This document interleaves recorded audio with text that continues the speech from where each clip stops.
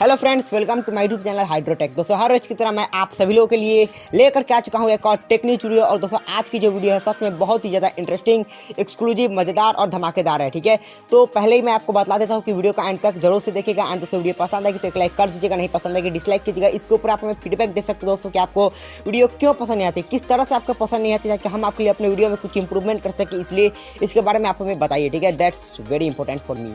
तो ये बातें हो गई। अब मैं आपको बताता हूँ गाइज कल के पोल के रिजल्ट की बात। तो मैंने आपसे पूछा था कि आप क्या चूज करोगे। ठीक है, मतलब व्हाट्स योर चॉइस। तो मैंने आपको ऑप्शन दिया था ब्लैक शार्क 4 प्रो एंड दूसरा रियलमी GT। तो मैक्सिमम लोग का कहना है रियलमी GT नहीं बल्कि ब्लैक शार्क 4 प्रो। तो आपकी मर्जी, आप कुछ भी वोट कीजिए। बट दोस्तों, आज भी आप लोगों के लिए एक पोल रखा हुआ है, जरूर से जाकर के वोट कर दीजिएगा। बट दोस्तों, एनीवे आज की जो 72वीं एपिसोड है उसको स्टार्ट। सबसे पहले खबर निकल के आ रही है दोस्तों यहाँ पर Xiaomi, Redmi, POCO की तरफ से। जहाँ दोस्तों तीनों की तरफ से एक खबर निकल के आ रही है। ठीक है, वो मैं बताता हूँ किस तरह से, वो आप समझ जाओगे, बताने की जरूरत नहीं है। तो गाइस, जो Redmi K40 हाल ही में अभी चाइना में लॉन्च हुआ था, ठीक है, वही स्मार्टफोन का जो IMEI नंबर है वो इंडिया के IMEI डेटाबेस पर लिस्ट हो चुका है। ठीक है, इसका मतलब आपको बहुत ही जल्द POCO F3 या फिर दोस्तों Mi 11X या फिर दोस्तों आपको Redmi K40, इन तीनों ही नाम में से किसी भी नाम के साथ आपको यह फोन बहुत ही जल्द इंडिया में देखने को मिलने वाला है। ठीक है, तो ये चीज़ें अब कंफर्म हो चुके हैं। अब दोस्तों ज़्यादा टाइम वेट नहीं करना पड़ेगा हमें कि कौन सा फोन आखिर लॉन्च होने वाला है। ठीक है, Mi 11X, POCO F3 या फिर Redmi K40।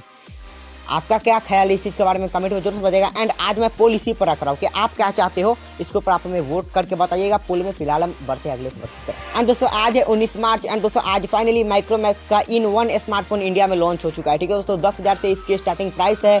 आपको यहाँ पर देखने को मिलता है मीडियाटेक का Helio G80 वाला प्रोसेसर, 48 MP का triple camera, FHD plus 6.67 inch वाली डिस्प्ले और बहुत कुछ है। ठीक है, अधिक जानकारी के लिए आप अनबॉक्सिंग वीडियोज पर जाकर के विजिट कर सके, मेरे नहीं अन्य यूट्यूबर के। ठीक है, जाइए। और फिलहाल हम बढ़ते अगली खबर की तरफ। एंड दोस्तों, फाइनली iQOO का एक और नया फोन बहुत ही जल्द आने वाला है। ठीक है दोस्तों, iQOO U3x, यही नाम है, iQOO U3x। एंड दोस्तों, इतना ही नहीं, यह फोन कहाँ सर्टिफाई हुआ है, टेना पर। और टेना पर सर्टिफाई होने के कारण मैक्सिमम टाइम क्या होता है, इमेज लीक हो जाती है। ठीक है, तो मैं आपको दिखलाने वाला हूँ इमेज, एंड साथ ही आपको स्पेक्स बताऊंगा क्या स्पेक्स होने वाली है। तो इमेज देखिए, स्पेक्स सुनिए।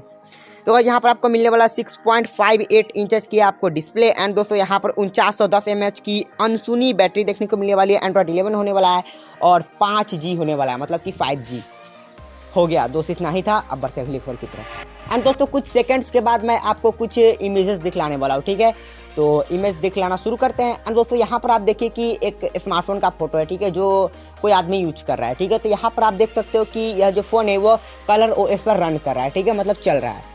तो बता सकते हो कौन सा फोन है? ओप्पो का नहीं है, यह है दोस्तों OnePlus 9 सीरीज का कोई एक स्मार्टफोन। ठीक है, सैडली अब ऐसा ही शायद होने वाला है।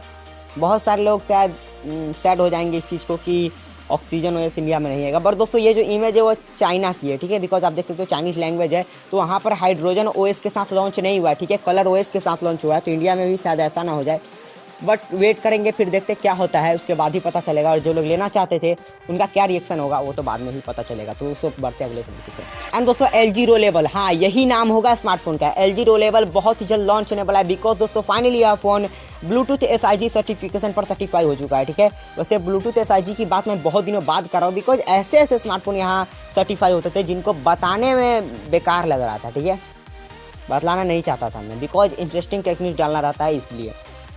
तो हो गया। तो बढ़ते अगले खबर की तरफ। एंड दोस्तों, फाइनली बहुत ही ज़्यादा इंतजार के बाद Xiaomi की तरफ से आपको बजट 5G स्मार्टफोन देखने को मिलने वाले हैं। जी हाँ दोस्तों, बजट 5G स्मार्टफोन। बिकॉज कुछ उम्मीद की किरणें यहाँ पर निकल के आ रही है। कहाँ से? 3C सर्टिफिकेशन की तरफ से। बिकॉज वहाँ पर एक Xiaomi का फोन सर्टिफाई हुआ है जिसमें दोस्तों आपको 22.5 वोट की चार्जिंग देखने को मिलने वाली है।